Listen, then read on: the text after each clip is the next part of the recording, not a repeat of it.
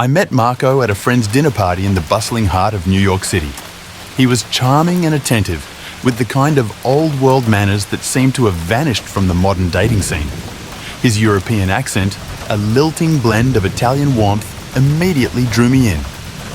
We spent the evening exchanging stories and laughter, and by the time dessert was served, I felt a genuine connection.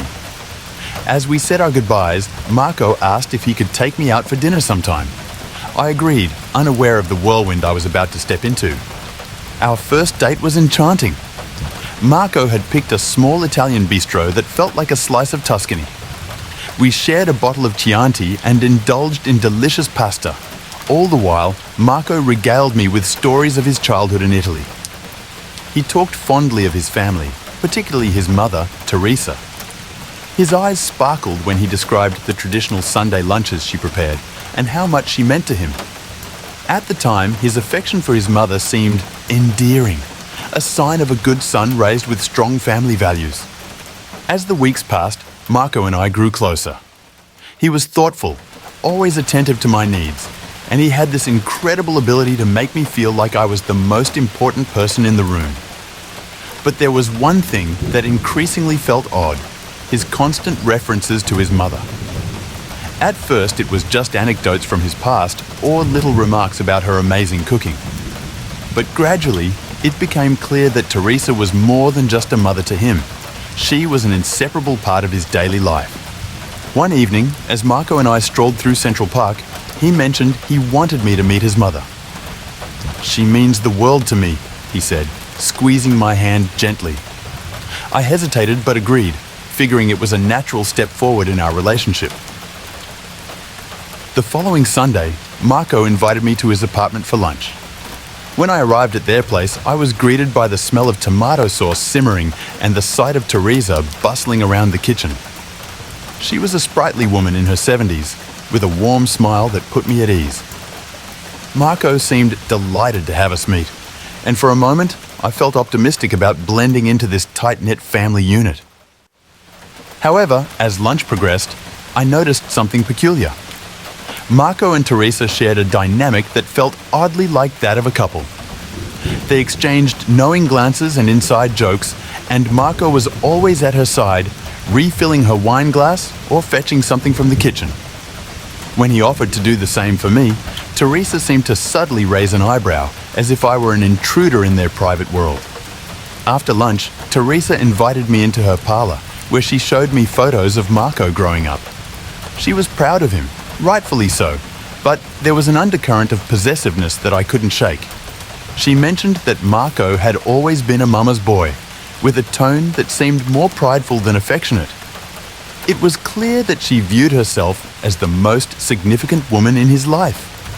As weeks turned into months, Teresa's presence in our relationship became increasingly evident. Marco insisted on having her join us for dinners, movie nights, and even short weekend getaways. There were moments when I felt like I was dating both Marco and Teresa, with no room for our own private relationship. Every attempt to have a conversation with Marco about this was met with defensiveness. He assured me that his mother was simply his best friend, and that I was the woman he loved. One weekend, I planned a surprise getaway for Marco and me, hoping to spend some quality time together, just the two of us. When I told him about the trip, his first question was, "Do you think my mother would enjoy it?" I felt a pang of frustration but brushed it off, thinking maybe I was overreacting. We headed to a charming bed and breakfast in upstate New York.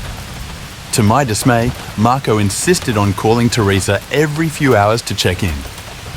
During what should have been a romantic dinner, he spent a significant portion of the meal on the phone, narrating every detail of our day to her. I finally confronted him about it, expressing my need for us to have time alone, but he dismissed it, suggesting I was being unreasonable. The breaking point came one rainy afternoon. We were at a local farmer's market, enjoying the fresh produce and vibrant atmosphere. Marco's phone rang, and I instinctively knew it was Teresa. This time, instead of stepping aside to answer, he put her on speaker. As we walked, she instructed him on what to buy, criticizing my choice of artisanal cheeses and bread. I reached my limit. Later that evening, I asked Marco if he could imagine a future where it was just the two of us, without his mother's constant presence. His response left me cold. "She's always been there for me," he said, almost apologetically. "She knows me better than anyone else." "Marco, I need you to choose," I said, my voice trembling. "Do you see a future with us, or are you forever tethered to your mother?" He looked at me, torn, and it was in that moment I realized the depth of his entanglement with Teresa. "I can't choose between you and my mother," he finally said. "She's my rock, my family." Disheartened, I decided to take a step back from the relationship. It was painfully clear that I was not just dating a man, but also entangled in a relationship with his mother, a relationship in which I would always be second best. Our last conversation was bittersweet. I told Marco that I couldn't be part of a life where I felt like an outsider in my own relationship.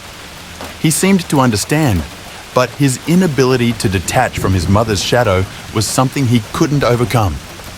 He promised to think about things, but deep down, I knew he wouldn't change. In the weeks following our breakup, I focused on healing and rediscovering myself. I realized that love should not come with conditions that compromise one's self-worth. As much as I had cared for Marco, his unwavering loyalty to his mother was a battle I couldn't win. In the end, Marco remained where he felt most comfortable, by his mother's side.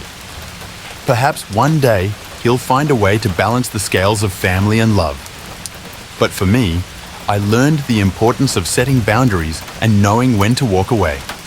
As the months passed, I moved on, grateful for the lessons learned from my time with Marco. I now cherish relationships where love is a partnership of equals, not a triangle of divided loyalties. Life moved on, and so did I. I immersed myself in work, hobbies, and reconnecting with friends. Occasionally, I'd find myself wondering what Marco was up to, but I never had the urge to reach out. Our relationship had been a valuable lesson in knowing what I wanted and, more importantly, what I didn't want in a partner. It wasn't until a year later, while casually scrolling through social media, that I stumbled upon a photo that sent a familiar pang of emotion through me. There was Marco, smiling warmly next to his mother and another woman. The caption read, "Our new home, our new beginning," with a location tag indicating a quaint town not far from where we had shared many of our own memories. Curiosity got the better of me, and I clicked on Marco's profile. There it was, laid out in a series of pictures and updates. Marco had purchased a house with Teresa, a charming colonial-style property that looked perfect for a family.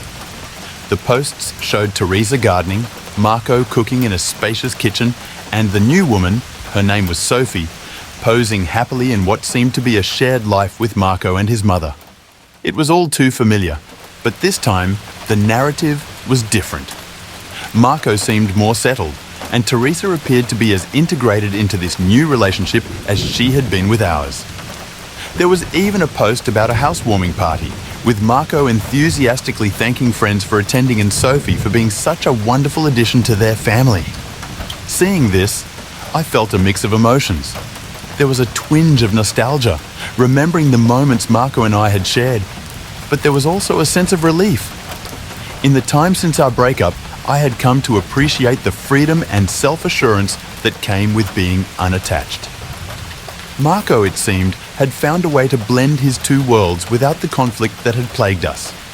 Perhaps Sophie didn't mind the constant presence of Teresa, or maybe Marco had finally learned to balance his loyalties. Either way, I hoped for their happiness. As for me, I was content knowing I had made the right decision to walk away when I did. Life was full of surprises and lessons, and this was another reminder that everyone's journey unfolds differently.